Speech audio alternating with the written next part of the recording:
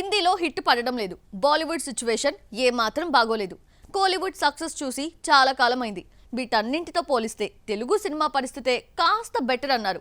అయితే టాలీవుడ్ కూడా కష్టాల్లో కూరుకుపోతుందా? తెలుగు సినిమా ఇండస్ట్రీ సంక్షోభంలో పడిందా? Watch the story. సినిమా బాగుందన్న టాక్ వస్తే డిస్ట్రిబ్యూటర్స్ బయటపడతారు. యావరేజ్ టాక్ వస్తే బ్రేక్ ఈవెన్ అవుతుందా లేదా అన్న డైలమా, టెన్షన్స్ స్టార్ట్ అవుతాయి. అదే ఫ్లాప్ మూవీ తీస్తే పట్టుమని 2 కోట్లు కూడా రావడం లేదు. హీరోకి ఎంత క్రేజ్ ఉన్నా లాస్ట్ మూవీ హిట్ అయినా అస్సలు చూడడం లేదు. తెలుగు ఇండస్ట్రీ చిత్ర విచిత్రమైన సిచ్యువేషన్స్ చూడాల్సి వస్తుంది. హైప్ ఉండాల్సిన సినిమాలను పట్టించుకోవడం లేదు. లాస్ట్ మూవీ హిట్ అయింది కదా, ఓపెనింగ్స్ అద్దరిపోతాయి అనుకుంటే థియేటర్స్ లోకి జనాలు కనిపించడం లేదు.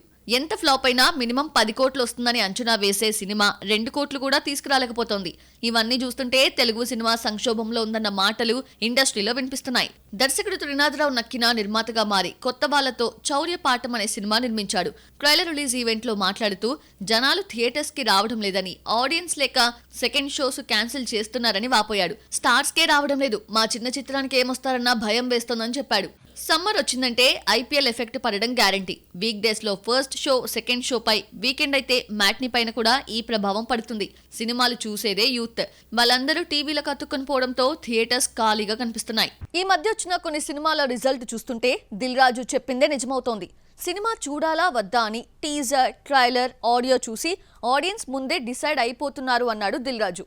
ఇవన్నీ బాగుంటేనే జనాలు థియేటర్స్ దగ్గరకు వస్తారు. టీజర్, ట్రైలర్ తో ఇంప్రెస్ చేయని సినిమాలు వచ్చినట్టే తెలియడం లేదు.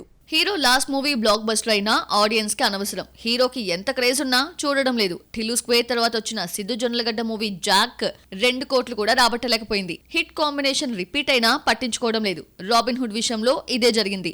భీష్మ తర్వాత నితిన్, దర్శకుడు వెంకీ కుడుముల కాంబినేషన్ రిపీట్ అయినా ఈ రొటీన్ యాక్షన్ మూవీని మొహమాటం లేకుండా పంపించేశారు.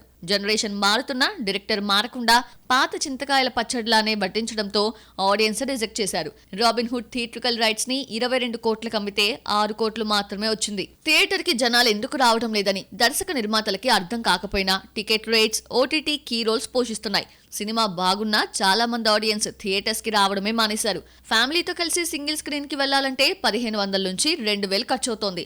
అదే మల్టీప్లెక్స్ లో చూడాలంటే 2000 నుంచి 3000 అవుతోంది. క్రేజీ మూవీస్ టికెట్ రేట్స్ ని పెంచుకుంటున్నాయి. దీంతో గతంలో సినిమాలు ఇంట్రెస్ట్ గా చూసిన సినీ లవర్స్ సినిమా బడ్జెట్ కి భయపడిపోయి పైరసీని ఆశ్రయించారు. పైరసీ కూడా డిజిటల్ క్వాలిటీతో రావడంతో ఇంటిల్లపాది చూసేస్తున్నారు. సినిమా రిలీజ్ అయిన రోజే పైరసీ అందుబాటులోకి వచ్చేస్తోంది.